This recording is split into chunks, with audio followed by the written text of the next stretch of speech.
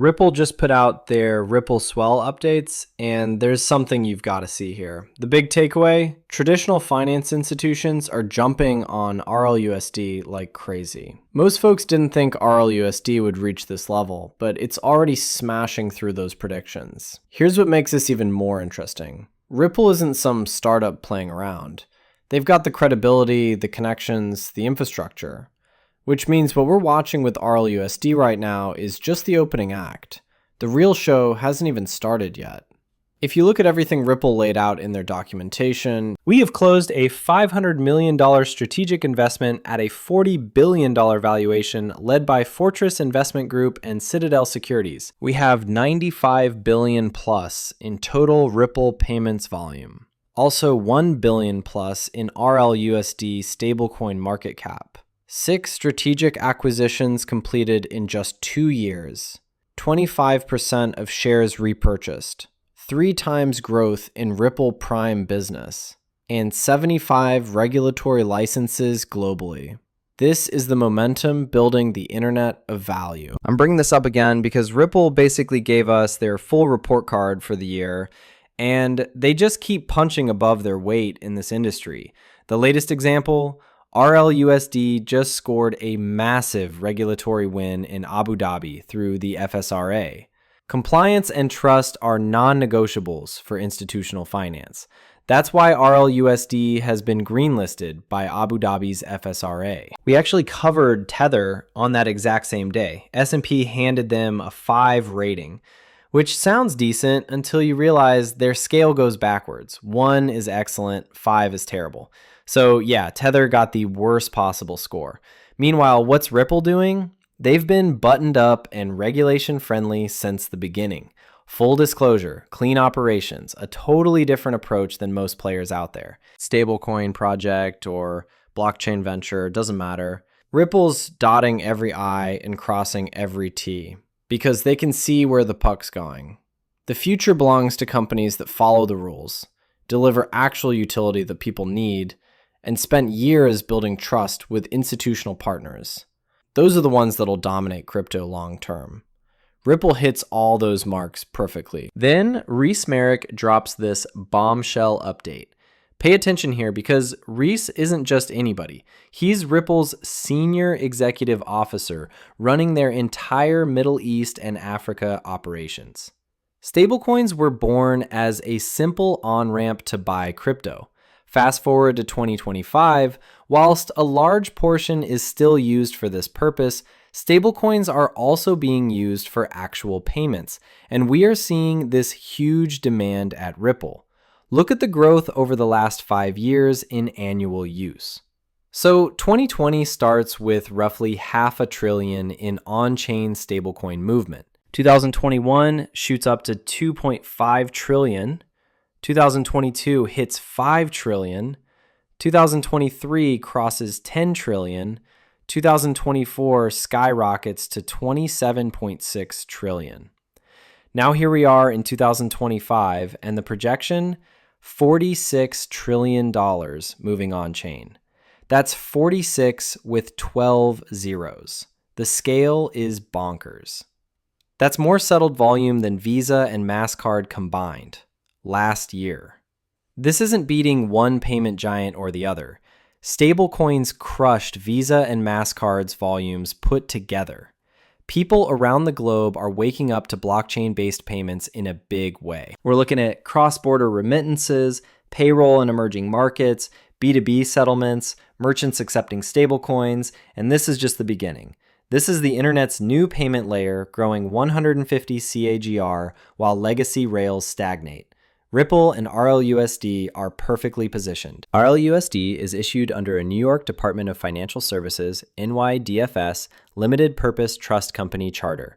This is widely regarded as one of the most rigorous and respected regulatory standards in the global financial sector, mandating strict operational and compliance safeguards.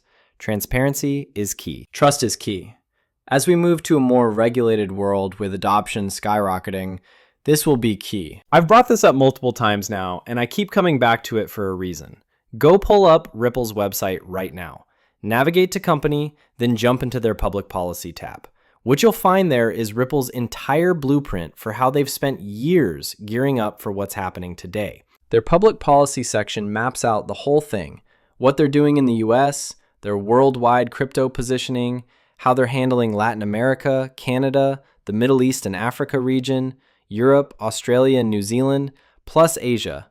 I actually wrote about this on X back in 2023, talking about how the crypto landscape was heading toward heavier regulation, and once regulators got serious about creating actual frameworks, the smart play was backing companies already following the rules, already licensed, genuinely partnering with government agencies instead of fighting them. That's been Ripple's playbook from the start. Even with the SEC breathing down their neck, they never stopped trying to collaborate with regulators. That's why Reese's comments hit different. Regulations are tightening, and this becomes crucial.